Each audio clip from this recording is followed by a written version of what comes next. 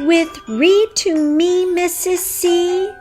Learning through reading is fun. Yippee! So let's open a book and we'll have an explore.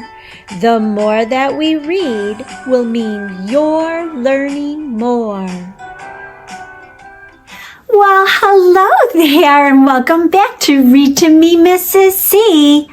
I sure hope you're having a terrific day today. I'm really happy to see you. Have you ever felt like I don't want to clean up my room? Or said something like, I don't want to brush my teeth. Sometimes we don't want to do some of those things. Today's story is about a grumpy monkey who says just that. All he wants to do is play. Why don't we take a look and see what happens in today's story now? Today's book is called Grumpy Monkey, Play All Day by Suzanne Lang, illustrated by Max Lang. Published by Penguin Random House. It was a busy afternoon in the jungle. Jim Panzee had to tidy his branch, search for food, clean his teeth, and pick fleas out of his fur. Jim didn't want to do any of that. I kind of like cleaning my branch, said Norman from next door. I don't, said Jim. It's boring. Plus, every time I clean, it just gets messy again. Ugh, I'm not cleaning anymore. Not even your teeth? Asked Norman. Not anything, said Jim. I'm just going to have fun and play all day. And there was lots of fun to be had. Look, you should sing with us, said the birds. Jim had fun singing. You should swing with us, said the monkeys. Jim had fun swinging. You should roll with us, said the zebras. Jim had fun rolling. You should stroll with us, said the peacocks. Jim had fun strolling. Having fun is the best, shouted Jim. Well, Jim Panzee is having a lot of fun. He's playing and rolling around. I wonder what is going to happen next. Do you think that his fun is going to continue?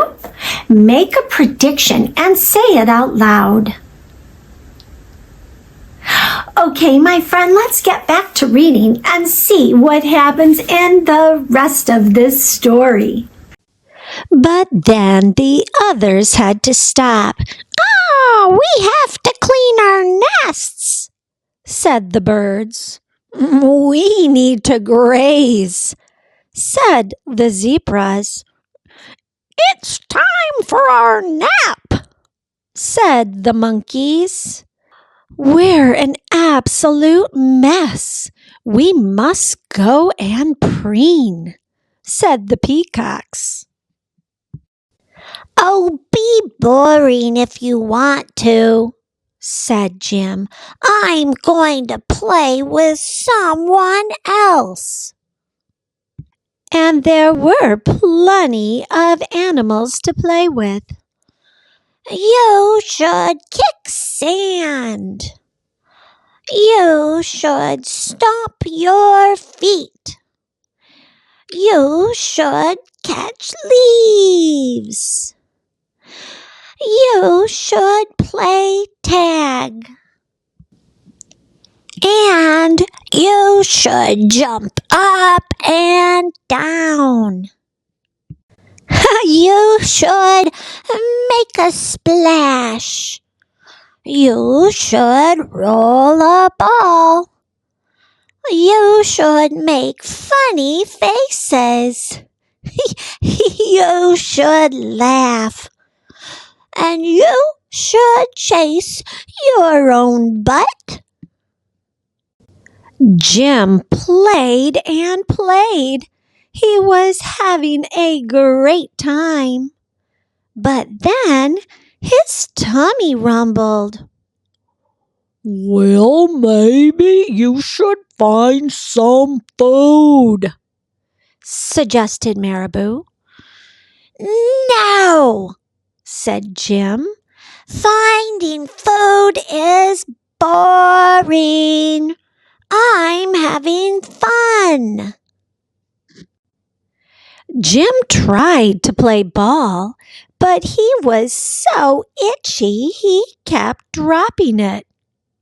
Fleas, said Warthog.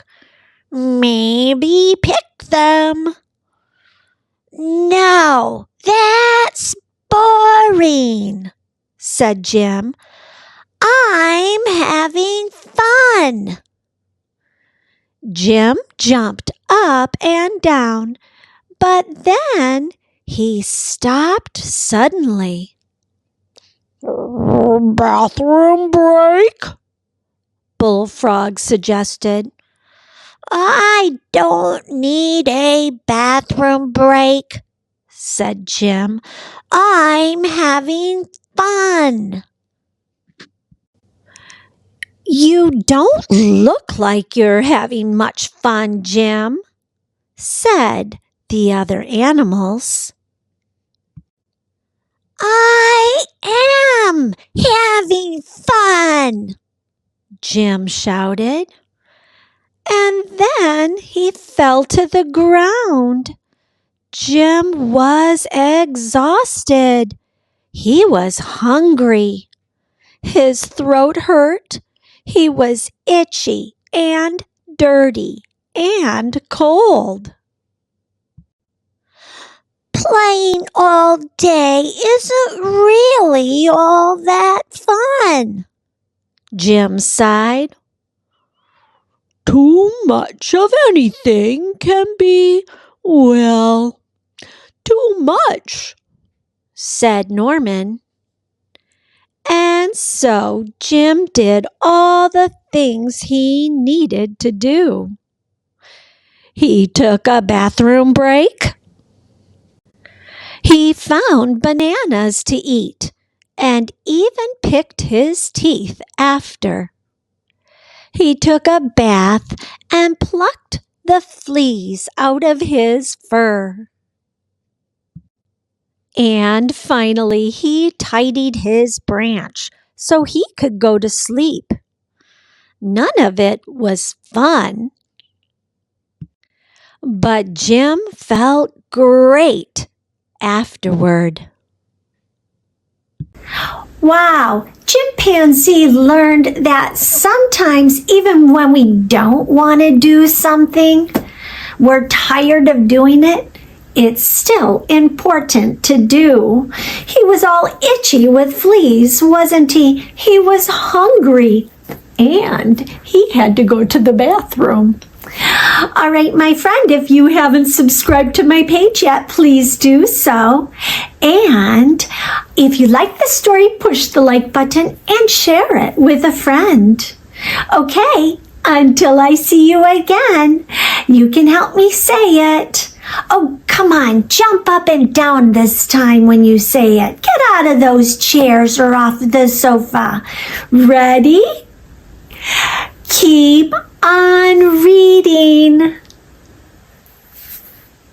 Thank you, Suzanne Lang and Max Lang, for making such a terrific story.